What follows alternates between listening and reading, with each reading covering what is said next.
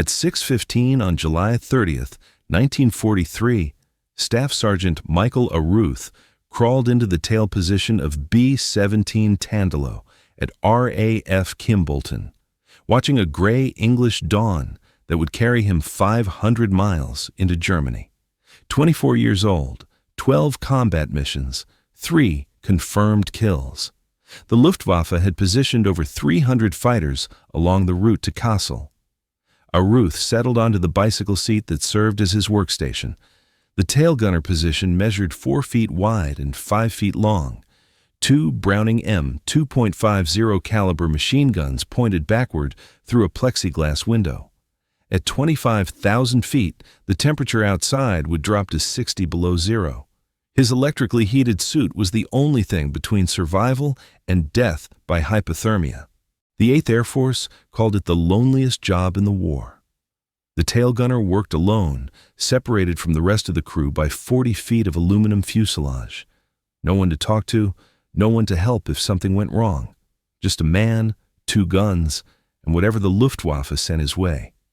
The statistics told the story. In the summer of 1943, the average B-17 crew survived 11 missions before being shot down, killed, or captured. Tail gunners died faster than anyone except ball turret gunners. German fighter pilots preferred attacking from the rear. The tail position absorbed the first bullets. By July, the 379th Bombardment Group had already lost 9 aircraft in just 2 months of operations. 90 men gone. This is the story of how one tail gunner refused to follow the doctrine that was getting men killed. How he opened fire when training said wait. How he burned through ammunition when manuals said conserve. How he survived 17 missions by breaking every rule the Army Air Forces taught him. And how his suicidal tactics became the doctrine that saved thousands of lives. The problem was geometry. German pilots understood that approaching from behind gave them the longest possible firing window. A Messerschmitt Bf 109, closing at 350 miles per hour from the 6 o'clock position, had nearly 10 seconds to aim and fire before passing the bomber. The tail gunner had those same 10 seconds to hit a target moving at combined speeds approaching 600 miles per hour. Most tail gunners never got the chance. The Focke-Wulf 190 carried 2 20mm cannons and 2 13mm machine guns. A single burst could shred the plexiglass bubble, kill the gunner, and disable the tail controls. Bombers without tail protection became easy targets. The fighters would circle back, line up, and finish the job.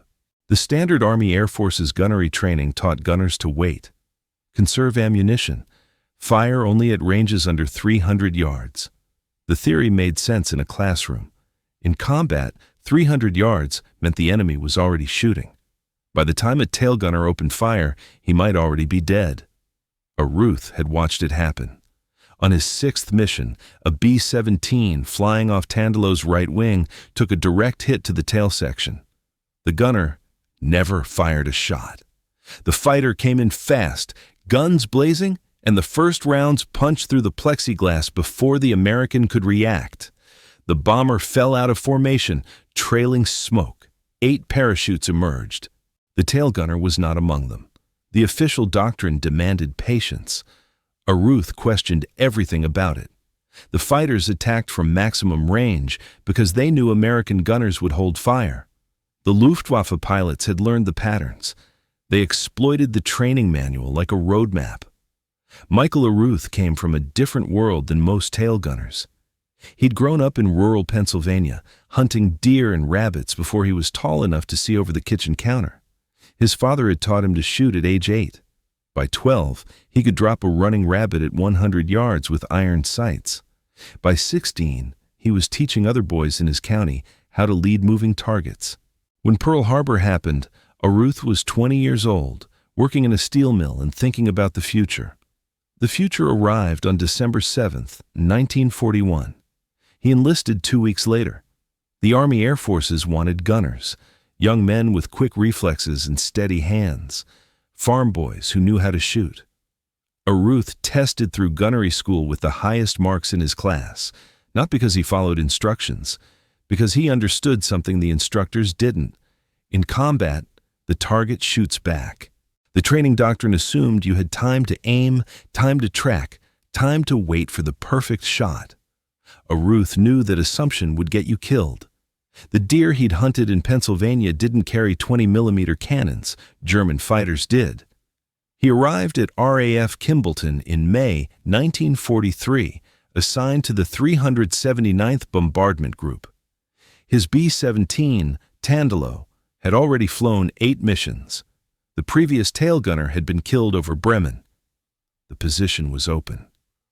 Arooth volunteered. The pilot, a captain from Ohio, interviewed him in the operations tent. "You know the statistics?" Arooth nodded. "I can read. Tail gunners have the shortest life expectancy in the Air Force. You'll be alone back there. If we get hit, you're the first to know and the last to escape." "Then I better make sure they don't hit us," Arooth replied. The captain studied him. "You planning to shoot down the whole Luftwaffe yourself?" "No, sir. Just the ones trying to kill me?" The captain smiled. "You'll fit in fine." Arooth's first mission came on May 19, 1943. Target, submarine pens at Kiel. The briefing officer said, "Expect heavy fighter opposition." He wasn't lying. They encountered 40 German fighters over the North Sea. Standard doctrine said, wait until 300 yards, then engage with short controlled bursts. Conserve ammunition for multiple attacks. Arooth watched a Bf-109 form up for an attack run from 6 o'clock high.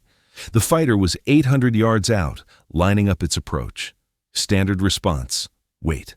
Arooth opened fire. The tracers arced across the sky, falling short by hundreds of feet.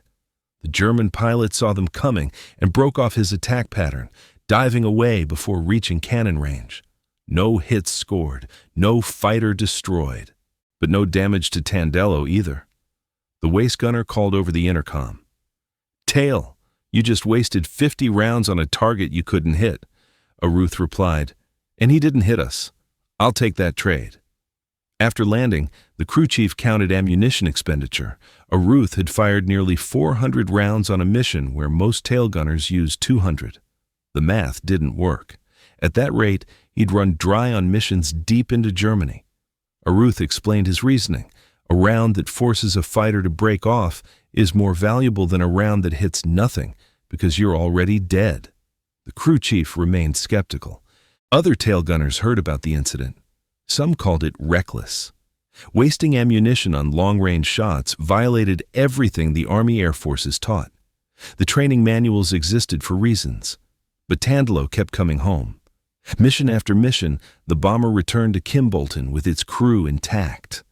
Other aircraft in the 524th Squadron were not so fortunate. By mid-June, 3 bombers from the squadron had gone down. 30 men lost.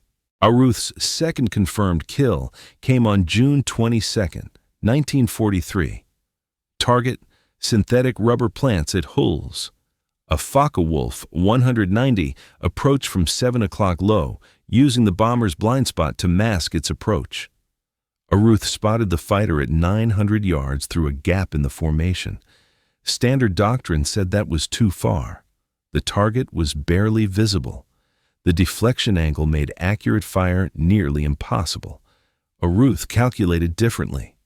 The Focke-Wulf was climbing toward Tondelayo at a predictable rate. The closure speed was constant.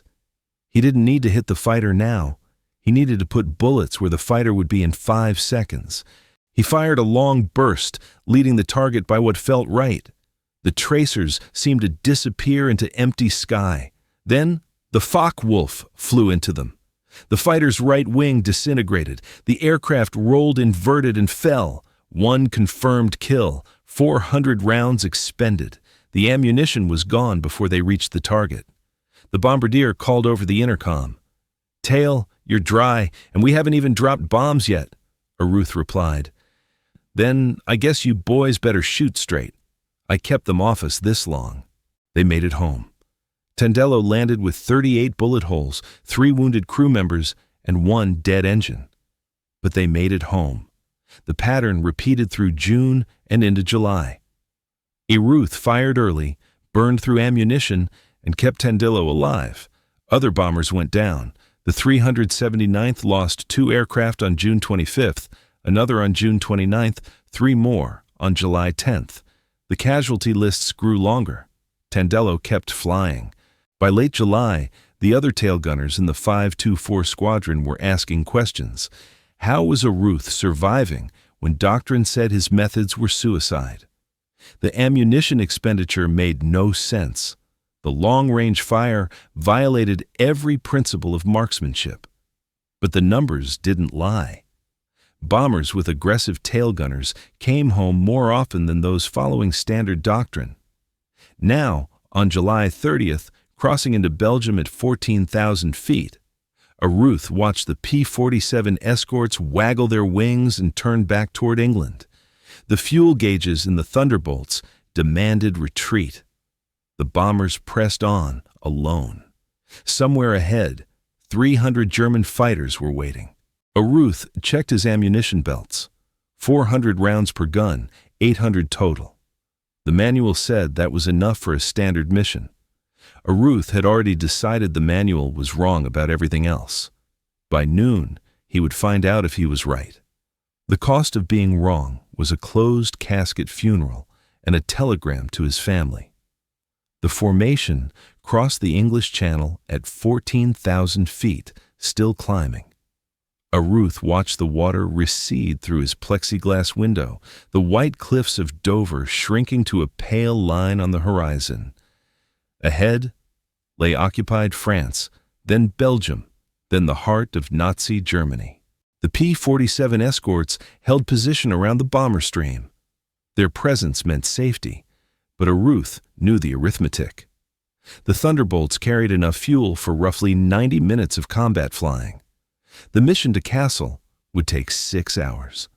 For most of the journey, the bombers would fly alone. Arooth had spent his first missions following doctrine. Wait for the fighter to close. Aim carefully. Fire in short bursts. Conserve ammunition. The training instructors at gunnery school had drilled it into every student. Ammunition was limited. Accuracy mattered more than volume. A disciplined gunner could make 800 rounds last an entire mission. The doctrine assumed the enemy would cooperate. The Luftwaffe did not. German pilots had studied American tactics. They knew the gunners waited until 300 yards, so they opened fire at 600 yards, pouring cannon shells into the bomber formations while the Americans held their triggers. By the time the tail gunners started shooting, the damage was already done. Arooth had calculated the problem differently. A Focke-Wulf 190 at 600 yards was not a difficult target. It was flying straight toward him, nose pointed directly at his position, presenting the largest possible profile.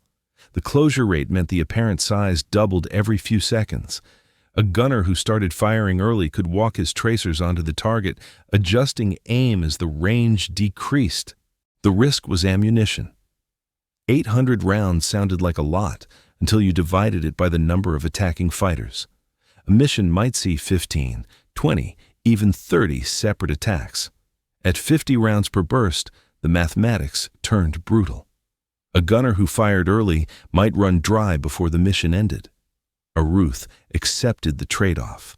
A gunner who conserved ammunition but died on the third attack had made a poor bargain. Survival required disrupting the enemy's attack before it succeeded. If that meant running low on bullets, he would deal with that problem later. Dead men had no use for reserve ammunition. His first test had come on his fourth mission, a raid against submarine pens at St. Nazaire in June. A pair of Bf-109s approached from the 6 o'clock low position. The classic tail attack. Standard doctrine said, wait. Arooth opened fire at 700 yards. The tracers arced across the sky, falling short at first, then climbing toward the lead fighter. The German pilot saw the fire coming and broke off his attack, diving away before reaching effective cannon range. His wingman followed. Neither fighter scored a hit on Tondelayo. The crew chief questioned Arooth after landing. The ammunition count showed he had expended nearly 200 rounds on a single engagement. At that rate, he would run out before reaching targets deep inside Germany. Arooth explained his reasoning. The crew chief remained skeptical. Other tail gunners heard about the incident. Some called it reckless. But Tondelayo kept coming home. Mission after mission, the bomber returned to Kimballton with its crew intact. Now, crossing into Belgium, Arooth watched the P-47 escorts turn back toward England. The bombers pressed on alone. The first Messerschmitts appeared at 11:42, climbing from the southeast in groups of 4. Arooth counted 8, then 12, then stopped counting. The sky behind Tondelayo filled with black crosses on yellow noses. The lead fighter began its attack run from the 6 o'clock high position, diving toward the bomber formation at 400 miles per hour. Arooth tracked the aircraft through his gun sight, watching the wingspan grow larger with each passing second. At 800 yards, he squeezed both triggers. The twin Brownings roared to life, sending a stream of tracers across the sky. The first rounds fell short, disappearing into empty air below the diving fighter. Arooth adjusted, walking the fire upward. At 600 yards, the tracers began connecting. Bright flashes sparked along the Messerschmitt's engine cowling. The German pilot broke hard right, smoke trailing from his aircraft. He never completed his firing pass. The fighter spiraled downward, disappearing into the cloud layer below. Arooth had no time to watch. The second attacker was already closing. This one came in lower, trying to slip beneath Arooth's field of fire. The angle was difficult, requiring him to depress his guns nearly to their mechanical limit. He fired anyway, sending a long burst toward the approaching fighter. The Focke-Wulf pilot flinched, pulling up early and releasing his cannon shells into empty sky above Tondelayo. The attacks continued for 47 minutes. Wave after wave of German fighters slashed through the bomber formation, targeting stragglers and damaged aircraft. Arooth fired at everything that came within range, burning through ammunition at 3 times the recommended rate. His gun barrels glowed red from sustained fire. At 12:29, a Bf-109 approached from directly astern, flying straight and level. The pilot had either extraordinary courage or poor judgment. Arooth centered the fighter in his gun sight and held the triggers down. The Brownings hammered for 6 continuous seconds, pouring over 100 rounds into the approaching aircraft. The Messerschmitt disintegrated. The engine separated from the fuselage. The wings folded backward. What remained of the fighter tumbled past Tondelayo, close enough for Arooth to see the empty cockpit. The pilot had either ejected or died at the controls. 2 confirmed kills. Ammunition down to 180 rounds. The formation reached Kassel at 12:51 and began its bombing run. For 11 minutes, the bombers flew straight and level, unable to maneuver, while the bombardiers lined up their targets. The Luftwaffe knew this moment represented maximum vulnerability. The fighters pressed their attacks with renewed fury. A Focke-Wulf 190 dove on Tondelayo from the 5 o'clock position. Arooth swung his guns to meet it, firing a short burst. The rounds struck the fighter's wing root. The pilot kept coming, cannon shells tearing through Tondelayo's tail section. Arooth felt the impacts before he felt the pain. 20-millimeter fragments ripped through the plexiglass, shredding his flight suit and burying themselves in his left arm and shoulder. His left gun jammed. Hydraulic fluid sprayed across the compartment. He kept firing with the right gun. One-handed, bleeding, he tracked the wounded Focke-Wulf as it pulled away.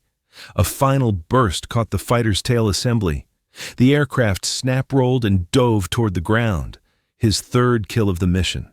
The intercom crackled with voices from the crew. Someone was asking about damage. Someone else reported flak ahead. Arooth tried to respond, but his throat had gone dry. Blood pooled on the floor of his compartment, freezing almost instantly in the sub-zero air. 400 rounds expended. 63 remaining. 3 German fighters destroyed. And the mission was only half over. Tondelayo still had to fly 250 miles back to England through the same gauntlet of fighters that had nearly killed him on the way in. Arooth wrapped a scarf around his wounded arm and waited for the next attack. The return flight began at 13:04. Tondelayo turned westward with 185 other bombers, leaving Kassel burning beneath a column of black smoke.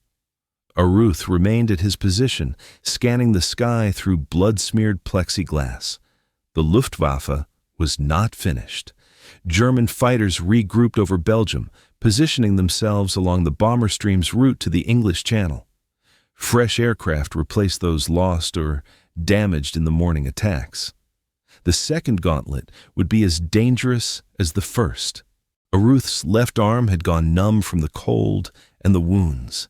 His jammed gun remained inoperable, the feed mechanism shattered by the same cannon shell that had injured him. He had one functioning weapon and 63 rounds of ammunition to cover 250 miles of hostile airspace. The mathematics demanded a different approach. At 63 rounds, he could afford perhaps 3 engagements of 20 rounds each. Every trigger pull had to count. The luxury of suppressive fire was gone. At 13:31, a pair of Bf-109s closed from the 7 o'clock position. Arooth waited until 500 yards, then fired a precise 12-round burst at the lead fighter. The tracers struck the engine cowling. The Messerschmitt rolled inverted and dove away, trailing glycol coolant. The wingman broke off without attacking, 51 rounds remaining. Tondelayo crossed into France at 14:15. The fighter attacks diminished as the Luftwaffe reached the limit of their operational range. By 14:47, the bomber formation had outrun the last German interceptors. The English Channel appeared on the horizon 20 minutes later. The landing at Kimbolton came at 15:52. Arooth could not climb out of his compartment without assistance. Ground crew pulled him through the narrow hatch and carried him to a waiting ambulance. The flight surgeon counted 11 separate fragment wounds in his arm, shoulder, and upper back. Word spread through the 379th Bombardment Group within hours. The tail gunner on Tondelayo had scored 3 confirmed kills and 2 probables while wounded, operating a single gun with 63 rounds of ammunition. The mission intelligence report noted his early engagement technique as a contributing factor to the bomber's survival. Other tail gunners began asking questions. The standard doctrine said, wait until 300 yards. Arooth had opened fire at 800. The doctrine said, conserve ammunition. Arooth had burned through 700 rounds before getting hit. The doctrine produced dead gunners. Arooth was still alive. The 524th Squadron's gunnery officer reviewed the combat footage from Tondelayo's mission. The gun camera showed Arooth's tracers reaching out far beyond normal engagement range, disrupting attack runs before the German pilots could establish firing solutions. The early fire forced the enemy to maneuver, degrading their accuracy and reducing hits on the bomber. By mid-August, 3 other tail gunners in the squadron had adopted variations of Arooth's technique. Their survival rates improved. The bombers they protected returned with less damage. The correlation was difficult to ignore. The 379th Group commander received a preliminary report on September 1st. The data suggested that aggressive early fire reduced bomber casualties by disrupting coordinated fighter attacks. The implications challenged 2 years of established gunnery doctrine. Meanwhile, Arooth recovered from his wounds at the station hospital.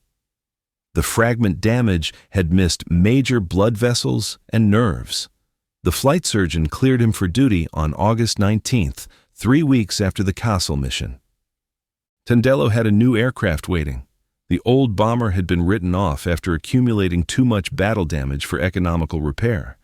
The replacement carried the same name and the same crew. Arooth climbed back into the tail position on August 26th. The Luftwaffe had noticed something changing in the American bomber formations. Their intelligence officers were studying the problem. Luftwaffe intelligence officers noticed the pattern in early September. American tail gunners were opening fire earlier, sometimes at ranges exceeding 600 yards. The change disrupted attack formations that had worked reliably for months. German fighter pilots reported the shift in debriefings across occupied Europe. The approach from 6 o'clock, once the safest angle against B-17 formations, was becoming increasingly dangerous. Tracers reached out before pilots could establish stable firing platforms. The psychological effect was significant. A pilot watching tracers stream toward his aircraft at long range instinctively maneuvered even when the rounds were falling short. The Luftwaffe's tactical response came in 3 phases. First, they increased approach speeds, diving on bomber formations at maximum velocity to reduce exposure time. Second, they shifted attack angles, approaching from the high 6 o'clock position where gravity would assist their pullout.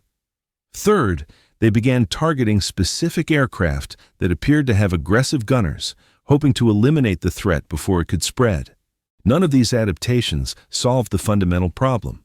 Faster approaches meant less accurate shooting. Steeper angles increased the difficulty of tracking targets through the dive. Targeting aggressive gunners required identifying them in advance, which was nearly impossible in the chaos of a running air battle. The 379th Bombardment Group flew 11 missions between August 26th and September 5th. Arooth participated in 4 of them, adding 2 more confirmed kills to his record. Other tail gunners in the group claimed an additional 7. The Luftwaffe's loss ratio against the Triangle K bombers was climbing. German fighter commanders tried concentrating their attacks. Instead of spreading interceptors across the entire bomber stream, they massed against single groups, hoping to overwhelm defensive fire through sheer numbers. The tactic produced results on September 3rd when concentrated attacks against the 100th Bombardment Group destroyed 8 aircraft in 15 minutes. The 379th escaped that slaughter by flying in a different position within the combat box, but the lesson was clear. The Luftwaffe was adapting, searching for weaknesses in the new defensive approach. The air war over Europe had become a contest of tactical innovation, with each side studying the other's methods and developing countermeasures. Arooth understood the stakes. His technique worked because it surprised the enemy. Once the Germans developed effective responses, the advantage would disappear. Every mission was a test, every engagement a data point that both sides would analyze. The temporary edge that aggressive fire provided was eroding with each passing week. The mission scheduled for September 6th would target Stuttgart deep in southern Germany. The route would carry the bombers over 500 miles of enemy territory, the longest penetration the 8th Air Force had attempted that month. Intelligence predicted heavy fighter opposition from bases in France, Belgium, and Germany itself.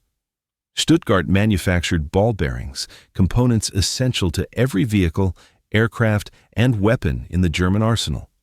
The strategic importance made it one of the most heavily defended targets in Europe. Flak batteries ringed the city.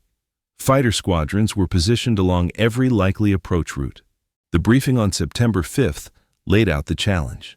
The 379th would fly in the lead position of the combat wing, responsible for navigation and bomb aiming for the formations following behind.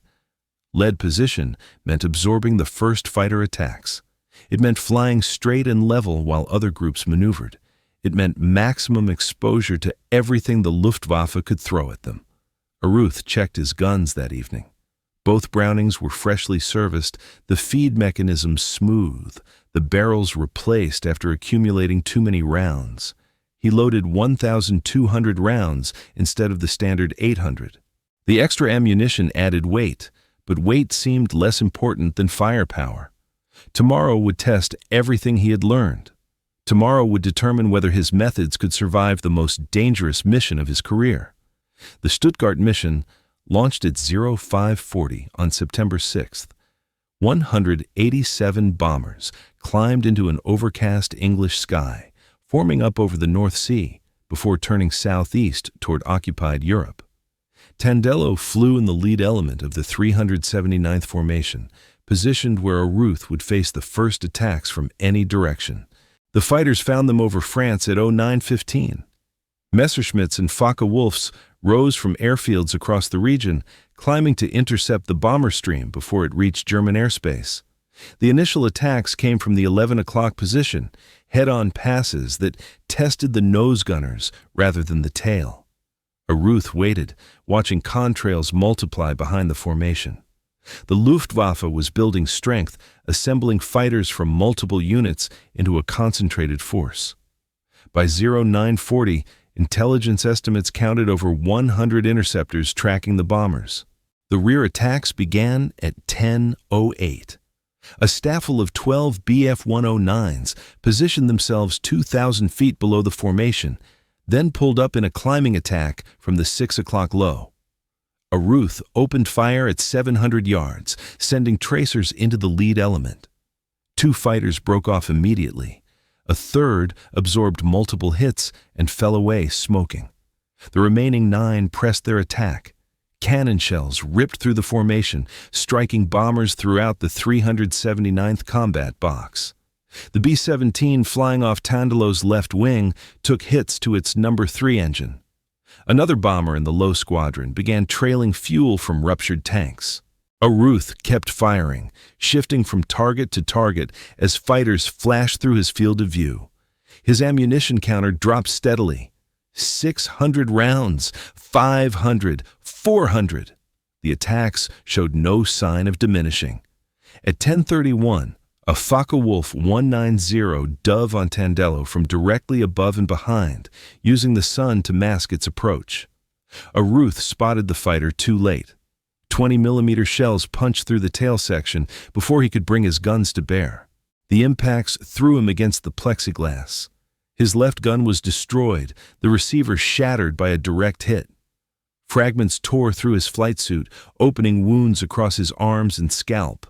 Blood poured down his face, partially blinding him. He kept firing with the right gun. The Focke-Wulf pulled up and rolled away, trailing smoke from hits scored during its dive. Arooth wiped blood from his eyes and searched for the next attacker. Tondelayo was dying. The fighter's cannon fire had severed hydraulic lines, damaged the tail controls, and punctured fuel tanks in the wing roots. The pilots fought to maintain altitude, but the bomber was losing the battle against gravity and aerodynamics. The formation reached Stuttgart at 11:04. Tondelayo held position long enough to release its bombs over the target, then fell out of formation as the damage overwhelmed the crew's ability to compensate. 2 engines were running rough. The fuel situation was critical. The pilots made the decision over eastern France. Tondelayo could not reach England. The best option was a controlled ditching in the English Channel, where air-sea rescue units might reach them before hypothermia set in. Arooth remained at his position as the bomber descended, watching for fighters that might pursue the crippled aircraft. None came. The Luftwaffe had other targets, healthier bombers still flying in formation. Tondelayo hit the channel at 15:12, impacting the gray water at 120 miles per hour. The fuselage broke apart on impact. Arooth was thrown forward, his head striking the gun mount. Darkness. When he regained consciousness, he was floating in a life raft. British rescue boats were approaching. All 10 crew members had survived the ditching. The bomber that had carried them through 17 missions lay at the bottom of the English Channel. The 379th Commander was already requesting Arooth's mission reports. The Distinguished Service Cross citation arrived on October 14, 1943. The second highest military decoration the United States Army could award recognized Arooth's actions during the Kassel and Stuttgart missions. The citation specifically mentioned his decision to continue firing while wounded, crediting his defensive fire with protecting the bomber during its most vulnerable moments. The 8th Air Force's gunnery staff had completed their analysis by late October. The data covered 14 bomber groups across 3 months of operations. The conclusions challenged assumptions that had governed American air combat since 1942. Tail gunners who engaged targets beyond 500 yards showed measurably higher survival rates than those who followed standard doctrine. The early fire disrupted enemy formations, forcing German pilots to maneuver defensively rather than establishing stable firing platforms. The ammunition cost was significant, but the trade-off favored the aggressive approach. Brigadier General Frederick Anderson, commander of 8th Bomber Command's operational planning, reviewed the findings personally. The implications extended beyond individual aircraft. If coordinated early fire from multiple bombers could disrupt mass fighter attacks, the entire defensive doctrine might require revision. The formal policy change came in November. New gunnery guidelines authorized tail gunners to engage targets at extended ranges when tactical conditions permitted. The bureaucratic language was cautious, but the meaning was clear. The approach that had kept Arooth alive was becoming official doctrine. Arooth never saw the policy take full effect. His head injuries from the Stuttgart ditching proved more serious than initial assessments indicated. After returning to flight status in late September, he completed 3 additional missions before medical officers grounded him permanently. Recurring headaches and vision problems made continued combat duty impossible. His final tally stood at 17 confirmed kills, with 4 additional probables awaiting verification. The number placed him among the highest-scoring bomber gunners in the 8th Air Force. Some records credited him with as many as 19 victories, though documentation inconsistencies made precise counts difficult. The Distinguished Flying Cross followed the Distinguished Service Cross. 2 air medals with oak leaf clusters recognized his cumulative combat achievements. The Purple Heart acknowledged his wounds. By the time his combat career ended, Arooth had accumulated more decorations than most pilots. The 379th Bombardment Group continued operations for another 18 months, flying through the winter of 43, the invasion summer of 44, and the final campaigns of 45. The tactics Arooth had pioneered spread throughout 8th Bomber Command. Tail gunners across the 8th Air Force adopted variations of early engagement doctrine. The statistical impact emerged gradually. Bomber loss rates declined through 1944, though multiple factors contributed. Longer-range fighter escorts reduced exposure to unprotected combat. Improved aircraft systems enhanced survivability. But defensive gunnery also played a role, and the shift toward aggressive fire was part of that improvement. German fighter pilots noticed the change. Interrogation reports from captured Luftwaffe aircrew mention the increased danger of tail attacks against American formations. The easy kills that had characterized early bomber interceptions became progressively harder to achieve. Some pilots shifted entirely to head-on attacks, accepting the higher closure rates in exchange for avoiding concentrated rear hemisphere fire. Arooth shipped home to the United States in early 1944. The Army Air Forces assigned him to training duties, passing his combat experience to new gunners preparing for deployment overseas. He spent the remainder of the war teaching others the techniques that had kept him alive. The students who passed through his courses carried his methods into combat over Germany, over Japan, over every theater where American bombers faced enemy fighters. What he did after the war surprised everyone who knew him. Michael Arooth did not leave military service after the war ended. He transferred to the newly formed United States Air Force in 1947 and continued serving for another 15 years. The man who had survived the deadliest skies over Europe chose to remain in uniform until 1962, retiring at the rank of Master Sergeant. The decision puzzled some who knew his history. Arooth had accumulated enough combat experience for several lifetimes. He had been wounded twice, ditched in the English Channel, and faced death more times than official records could capture. Most veterans with similar experiences wanted nothing more than civilian life. Arooth saw it differently. The Air Force had given him purpose during the darkest years of the century. The skills he developed had saved lives, not just his own, but the crews who flew with him and the gunners who learned from his methods. Walking away felt like abandoning something important. His post-war years were quiet. He married, raised a family, and rarely spoke about his combat experiences. The medals stayed in a drawer. The memories stayed locked away. Like many veterans of his generation, Arooth believed that those who had not been there could never truly understand. Elmer Bendener, Tondelayo's navigator, took a different path. He became a journalist and author, eventually writing a memoir titled The Fall of Fortresses. The book described the crew's experiences in detail, preserving moments that might otherwise have been lost to history. Bendener's account ensured that Tondelayo and her crew would not be forgotten. The 379th Bombardment Group held reunions for decades after the war.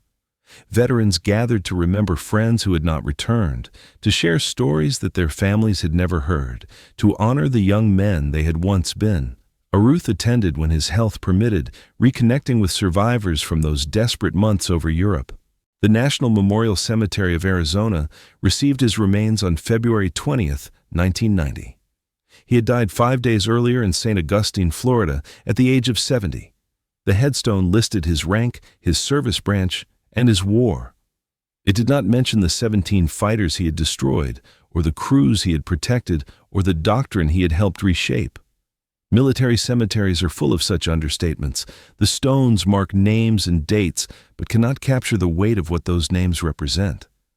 Arooth lies among thousands of other veterans, each with stories that deserve telling. The mighty 8th Air Force Museum in Savannah, Georgia, preserves the history of the bomber crews who flew from England.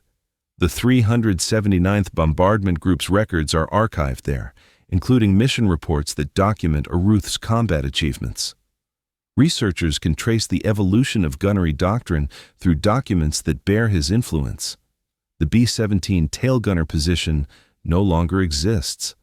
The aircraft that carried men like Arooth into combat have mostly vanished, reduced to museum pieces and memorial displays.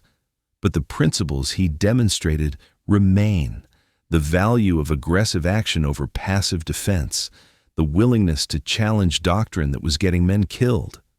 Those principles endure. Michael Arooth never set out to change warfare. He just wanted to survive. He looked at the statistics, saw that defensive tactics were producing dead gunners, and decided to try something different. He fired when training said wait. He burned ammunition when manuals said conserve. He broke every rule because the rules were broken. And he lived. More importantly, the men who learned from him lived. The crews he protected made it home. The doctrine he pioneered saved thousands of lives across 2 years of air combat over Europe. That's the real story. Not 17 confirmed kills, though those matter. Not the medals, though he earned every one. The real story is that one tail gunner from Pennsylvania looked at a system that was failing and refused to accept it. He questioned authority when authority was wrong. He trusted his judgment when judgment mattered more than obedience. He survived because he understood something the training manuals didn't. In combat, waiting gets you killed. Action keeps you breathing. The Germans couldn't stop Arooth's secret weapon because it wasn't a weapon at all. It was a philosophy. Attack before they attack. Disrupt before they coordinate. Force them to react instead of letting them dictate. Simple principles. Revolutionary results. 17 missions. 17 confirmed kills. One tail gunner who refused to die according to doctrine. Michael Arooth's legacy isn't in the fighters he destroyed. It's in the lives he saved through the simple act of refusing to wait for death to find him. He went hunting first.